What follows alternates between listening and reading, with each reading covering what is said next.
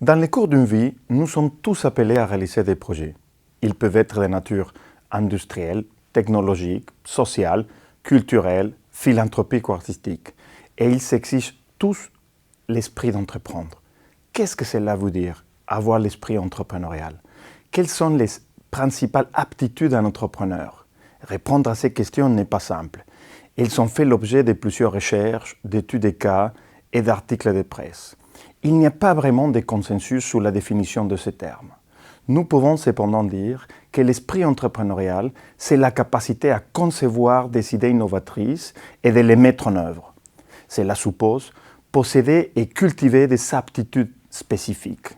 En effet, certaines aptitudes sont communes à tous les entrepreneurs, quel que soit leur domaine d'activité, leur âge ou leur origine. Dans cette partie du cours, nous nous intéressons aux principales aptitudes des entrepreneurs comme la confiance en soi, la persévérance, l'intuition, la créativité, la vision, la curiosité, parmi d'autres. Les aptitudes entrepreneuriales. De quoi s'agit-il? Elles sont une combinaison de caractéristiques qui rendent une personne capable de structurer, organiser, articuler un projet, puis d'aller jusqu'à la valorisation de l'idée sous forme d'un produit ou d'un service. Ce sont des compétences latentes qui se développent au fil des expériences. Les entrepreneurs se doivent d'exploiter différentes aptitudes. Certaines sont plus favorables au développement du potentiel entrepreneurial. Par exemple, la persévérance. Elle se traduit en persistance dans les efforts et dans la recherche régulière et continue de solutions. La création d'entreprises peut s'avérer un parcours du combattant.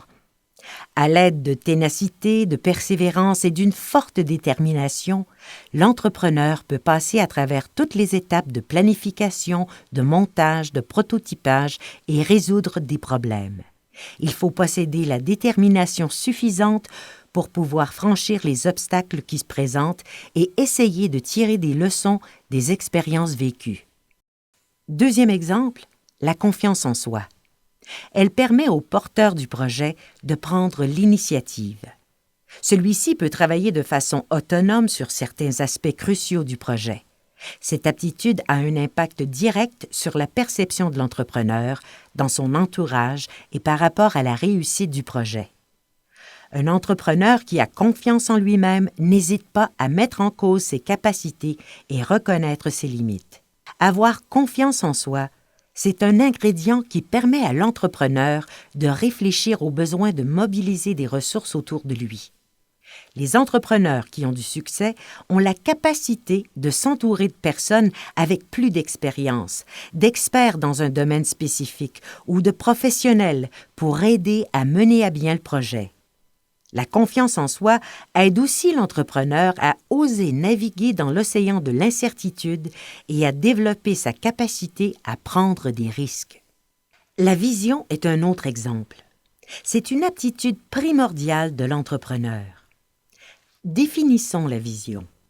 C'est une image projetée dans le futur de la place de ses produits sur le marché. C'est l'image du type d'organisation dont on a besoin pour y parvenir.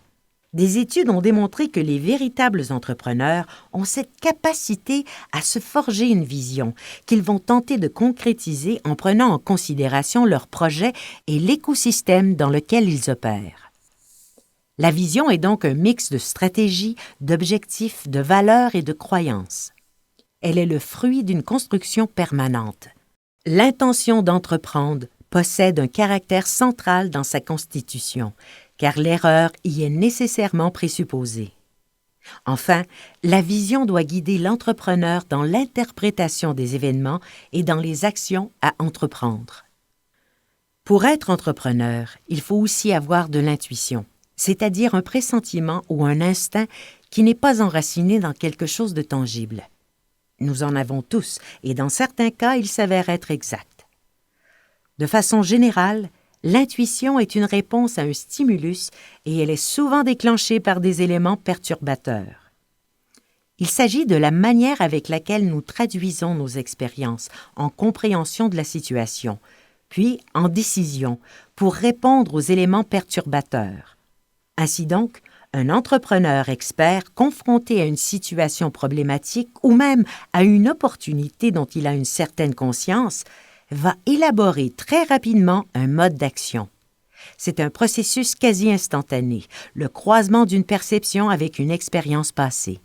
C'est ce qui s'appelle l'intuition. Avec l'expérience, l'intuition de l'entrepreneur devient plus exacte puisqu'elle se base sur des critères plus implicites. Il y a aussi la créativité, ce qui veut dire un processus psychologique ou psychosociologique par lequel on fait preuve d'originalité dans la manière d'associer des choses, des idées ou des situations pour changer la perception, l'usage ou la matérialité de quelque chose. Pour l'entrepreneur, ce processus doit mener à la proposition et au développement d'idées nouvelles et potentiellement utiles. L'entrepreneur doit posséder cette capacité de développer une idée et de la concrétiser sous forme d'un produit ou d'un service.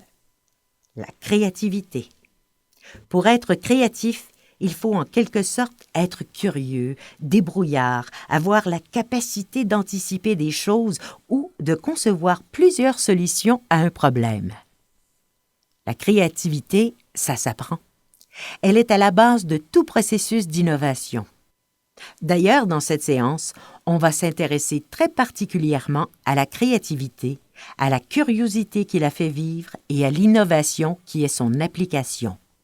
Bien sûr, il s'agit là d'un survol rapide de plusieurs caractéristiques des entrepreneurs. Pour entreprendre et réussir un projet entrepreneurial, ça prend aussi de la communication, de l'acuité, de l'imagination, de la dextérité et bien d'autres aptitudes. Pour plus de détails, on vous invite à consulter l'article « Le métier d'entrepreneur » par Louis-Jacques Filion.